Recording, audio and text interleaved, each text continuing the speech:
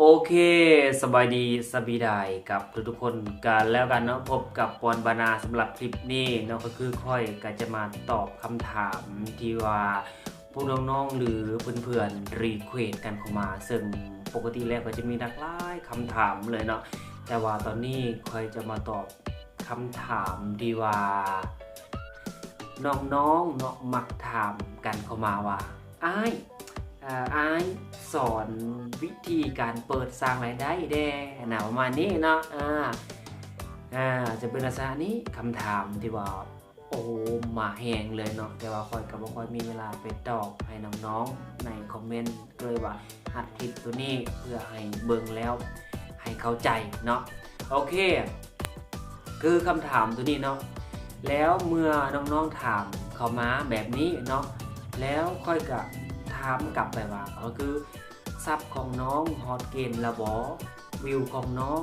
ฮอตเกณฑ์ละบอเนาะโอเคในเมื่อเฮาบ่ทันฮอตเกณฑ์ของ YouTube ฮั่นเนาะคือค่อยบ่อยากให้กังวลในเรื่องของเปิดสร้างรายได้เถื่อเนาะโอเคเพราะว่าสิ่งแรกที่เฮาต้องเฮ็ดสำหรับมือใหม่นั่นก็คือเฮาต้องหาซับให้มันฮอดพันซับให้มันฮอด 4,000 ชั่วโมงตรงนี้เป็นสิ่งที่สำคัญที่สุดสำหรับมือใหม่เนาะซึ่งว่าการตั้งค่า AdSense หรือการเปิด AdSense สมัคร AdSense นั้นมันไม่ค่อยมีปัญหาอย่างดอกเนาะสิ่งที่สำคัญที่สุดก็คือถ้าว่ายอดซับเฮาบ่ทันได้ฮอดกฎเกณฑ์สมมุติเฮายังบ่ทันได้ฮอดกฎเกณฑ์ของ YouTube อย่าเฝ้าถามในเรื่องของสร้างรายได้เถื่อเนาะโอเคก็เพราะว่าถ้าเฮาบ่ฮอดเกณฑ์ตามที่ YouTube กำหนดไว้เนาะก็คือเฮาจะบ่สามารถที่จะเน่งติงหรือง่ายๆคือจะบ่สามารถที่จะเปิดสร้างรายได้แน่นอนเนาะโอเคและเมื่อใดที่เฮาฮอดตามกฎเกณฑ์ของ YouTube แล้วสิ่งที่เฮาต้องเฮ็ดก็คือเฮาเฮ็ดจังไดให้ YouTube เนี่ยอนุมัติเฮาอย่างไวๆเนาะโอเคถึงแม้ว่าเฮานี่ฮอดกฎเกณฑ์นั้นๆทุกอย่างสมบูรณ์แต่สิ่งที่ทุกคนพบพ่อก็คือปัญหา YouTube มันจะบ่อนุมัติให้เฮาแบบง่ายๆนะโอเคถ้าว่ายอดวิวเฮา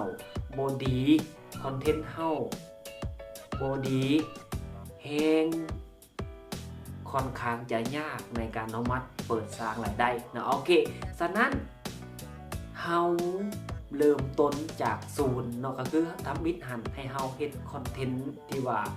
มันค่อนข้างจะชัดเจนนะโอเคว่าแม่นว่าสิไปเอาคลิปผู้นั้นเอาคลิปผู้นี้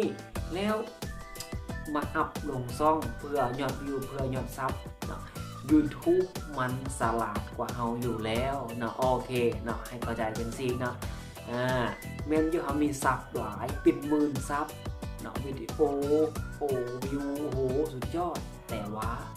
สิ่งนั้นบ่แม่นของเฮาซะนั้นเมื่อบ่แม่นของเฮาปุ๊บ YouTube มันจะค้นพบว่าเจ้าไปหาเอาของคนอื่นและ2เจ้าบ่มีคอนเทนต์ที่ว่าเป็นตัวเป็นตนซะนั้นเจ้าสิบ่มีโอกาสผ่านในการเปิดสร้างรายได้เนาะโอเคเนาะก็คือจะเป็นลักษณะนี้เนาะโอเคขออยากยืนยันว่าตราบใดที่เฮายังบ่ทันมีซับฮอดพันและบ่มี 4,000 ชั่วโมงในการรับชมวิดีโอของเฮาภายในปีหนึ่งท่านให้เพื่อนๆหรือน้องๆอย่าฝ่าวไปกังวลในเรื่องของการเปิดสร้างรายได้เทื่อเนาะก็คือเฮาต้องไปเฮ็ดให้มันได้ตามกฎเกณฑ์ก่อนเนาะหลังจากเฮาฮอดกฎเกณฑ์แล้วบัดนี้เฮาก็จึงไปศึกษาเรื่องของการเปิด AdSense เนาะการเปิดสร้างรายได้เนาะซึ่งทุกๆอย่างคอยจะมีคำตอบอยู่ในนี้หมดเนาะโอเคสำหรับคลิปนี้ก็ฝากไว้สำนีอย่าลืมกดไลค์กดแชร์และกด Subscribe หรือมีปัญหาอันใด